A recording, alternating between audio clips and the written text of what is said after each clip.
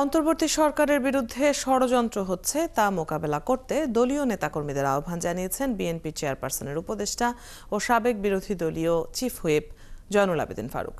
রবিবার সকালে নোয়াখালীর সেনবাগে সম্প্রতি বন্যায় ক্ষতিগ্রস্তদের মাঝে বিএনপির কেন্দ্রীয় ত্রাণ তহবিল থেকে ৮৩ জন অসহায় পরিবারের মাঝে ত্রাণ বিতরণ অনুষ্ঠানে তিনি এসব কথা বলেন।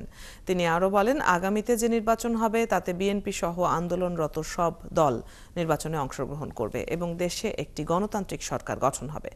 এ সময় তিনি অন্তর্বর্তী সরকারকে দ্রুত সময়ে নির্বাচন দেওয়ার আহ্বান জানান। ষড়যন্ত্র রোখার জন্য তারেক রহমানের নির্দেশ কি জানেন? একটাই, সকলকে ধৈর্য ধরতে হবে, সকলকে ষড়যন্ত্র মোকাবিলা করতে হবে। তত্ত্বাবধায়ক সরকার ইন্টেরিয়াম গভর্নমেন্ট ডক্টর ইউনূসকে সহযোগিতা করতে হবে।